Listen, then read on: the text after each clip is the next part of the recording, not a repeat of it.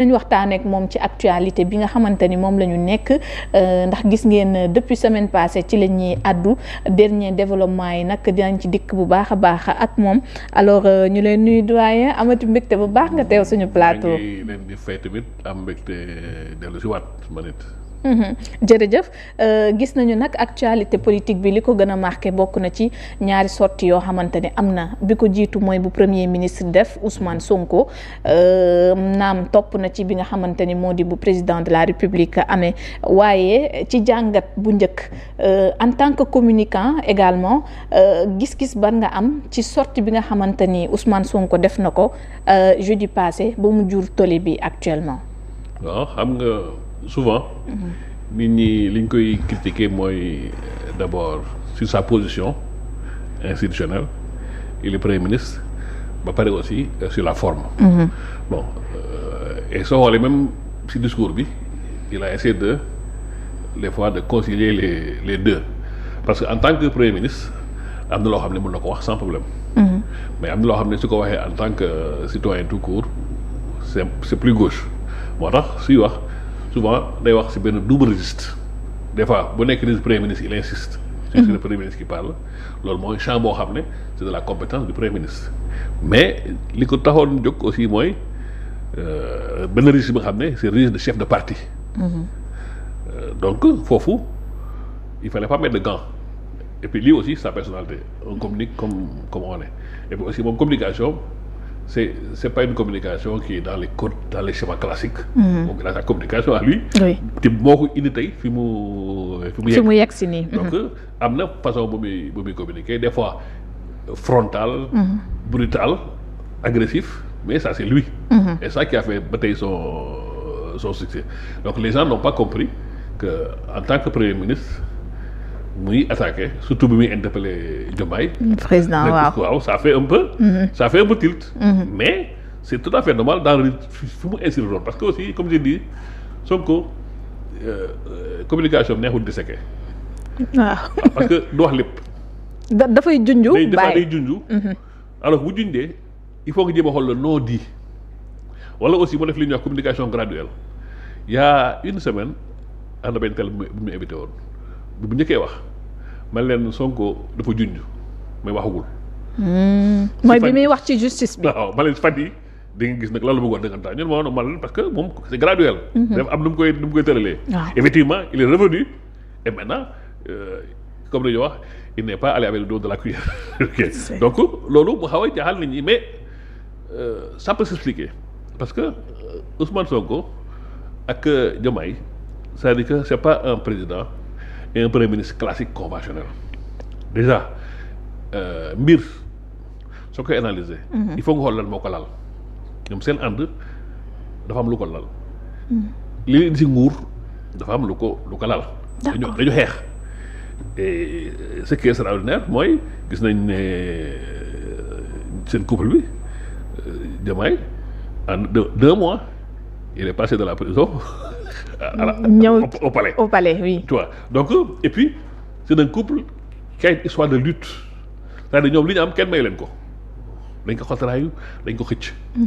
mais li si am solo mooy lutte boobu yëpp symbole lutte boobu c'est Ousmane Sonko moo doon incarné boobu lutte pendant depuis 2021 moom moo incarné lutte boobu. c'est-à-dire que moom moo doon jot coups yi moo doon jot xeer yi. moo doon jot prison yi lépp moom la woon donc c'était l'incarnation de la lutte puis tous les combats yëpp c'était moom moo ko cristallisé woon autour de sa personne. Il est arrivé à faire un loo xam ne extraordinaire avec les réseaux sociaux avec les jeunes. Donc et puis comme ni nga ko tàmm waxee moom moo joxoñ Diomaye. ne Diomaye. Sonko Diomaye waaw loolu moo indi. mais Sonko ak Diomaye bi am na benn explication bu gën a complexe. peut-être après nañ ci ñëw donc. bu gën a complexe que loolu. moo indi loolu moo indi Sonko ak Sonko mooy Diomaye. Diomaye mooy Sonko donc léegi moom position bi c'est un peu difficile c'est-à-dire que nit mën ngeen ànd mais yéen a bokk leen jëm mais bokk leen vitesse c'est-à-dire que ki gën a gaaw des fois danaan kii yow doo gaawantu. kii naan sa morom wàññil. daa man day am problème. pour ñu ajuster seen ay pas mais bokk ñu ni doxee seen pas mënagul yem kii dafa gaaw kii dafa yéex. gis nañ benn wax boo xam président waxoon na ko mu ne premier ministre am dafa bëgg mu réussir rapidement li nga xamante ni. mooy mission am tandis que moom li mu bëgg mooy. doxalee neneen mais doxal neneen mooy ni seen pas mënul ànd. divergence bi kon parce que bokkuñu aussi position parce que Diomaye il se met dans la posture du président de tous les Sénégalais donc il se met dans une posture institutionnelle li mu ko tax ma waxee. ñëpp laa fi nekkal mais Sonko à un moment donné il a commencé à s'impatienter parce que bi ñuy ñëw. daa mu leen taxoon jóg.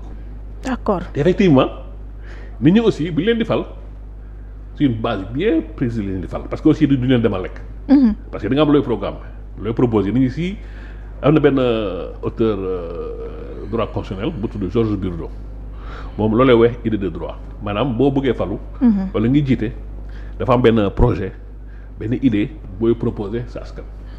li ngeen nee na bu askan bi épouser partager idée boobu loolu ma la yóbbu ci pouvoir nee na bés boo demee nag léegi askan bi xool ne yow méngootoo idée bi ngeen d'accordoon Birudo mooy wax de.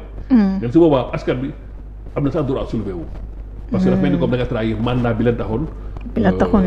jóg wi fii egguñu foofu mais soo xoolee position Sonko moom foofu la ñëw dafa am lu ñu sas li ñu sas boo xam ne moo ko yenu parce que tey mu neex mu naax dañu wax dëgg rek ëllëg su Diomaye échoué Sonko lay joxoñ. il est comptable directement. ci le veille ou non il est comptable. bu defee moom la bu deful moom la. est-ce que nekk kon position alerte la nekkee. waaw parce que aussi non seulement alerte mais li moo xam ne solo bàyyi si xel dafa ne wax nañ si nekk wax nañ ak seede. tey nag jot nañu ne fàng si mbedd bi te fàng boobu bu doon keneen dana gën a poser problème mais du poser problème ak Sonko pourquoi poser problème ak Sonko parce que Sonko dafa am benn relation boo xam ne moom ñi muy waxal souvent mooy ñi ko bëgg soo ses partisans c'est les jeunes c'est la rue ñooñu ñoo ko porté. léegi chaque fois moom chaque étape benn bu jël à témoin. waaw parce que xam na ne jeunes yi dañu am seen dara dañu am seen xadar. ñu ne commencé di xaddi. léegi moom wax bi aussi c'était un moyen dafa am double message dina wax ak Diomaye ne ko jeexal sa gënal bar tuuti. mais aussi ñi ànd ak moom ne kat man def naa lu mu mun mais saa waay ji moom tànk bi daa xaw yéex. léegi il faut ñu xaw ko pousse tuuti bu gën accéléré léegi donc c'était aussi un moyen de mobiliser remobiliser ces troupes militants yi loolu jeexul ba pare aussi période boobu soo xoolee li ñu naan tombé woon la ay gaaf dafa fekk Aliou Badara ni mu tudd encore waa ji. Badara Gadiaga moo amoon. coow jàppal ba Gadiaga bàyyil Gadiaga. bi soo ko waxee nga gëj a dégg ba Gadiaga. wax boobu ba tey on parle que de Ousmane Sonko. déggatoo Gadiaga Ousmane Sonko da ngay dégg def boobu wax na lii def na lii Diomaye Sonko ana Gadiaga fàtte nañ ko. stratégie bu Ousmane Sonko foofu beneen dafa feeñ. ba pare aussi dam luy woone xam nga d'habitude quand ça va entre guillemets normalement souvent c'est les médias qui déterminent l'agenda parce que souvent médias yi ñooy jël. Y a beaucoup de faits donc c'est les médias qui choisissent. oui donc souvent faits yi médias di choisir mooy l'actualité. xam nga s'il y a 20 faits dans la journée c'est vrai mooy choisir on va parler de ça. donc si li ñuy bëgg a choisir li seen web choisir nit ñi si loolu ñuy wax. exactement parce que loolu la leen proposé donc c'est les médias qui faisaient l'agenda mais avec Sonko c'est différent c'est Sonko qui fait l'agenda. c'est lui qui donne de la matière à moudre aux médias lu mu bëgg a wax période de temps naa leen si wax loo. moom mooy dicter orientation mooy fixer agenda médias yi ak programme bi et puis effectivement gis nga ñëpp aussi. alors que ça devrait être le contraire. mais pour moom pour une fois. en général on reprochait dañu leen reprocher homme politique yi pourquoi vous ne créez pas votre agenda chaque fois il faut que journaux yi def lii rajo yi wax lii télé yi wax lii ngeen topp yéen di soog a wax. mais Sonko c'est l'inverse Sonko moom mooy fixer agenda léegi comme c'est une bête de communication c'est une bête de scène entre guillemets donc nit ñi il captive. bu yëngatoo foog xool bu la yëngu. donc def na triple li ñu naan benn pierre ñetti coups. oui wax na ak Diomaye interpellé na ko jënd population ba à témoin. désamorcé na bombu Gadiaga bi doon commencé polluer. atmosphère et puis demaat na aussi il a créé son ordre du jour.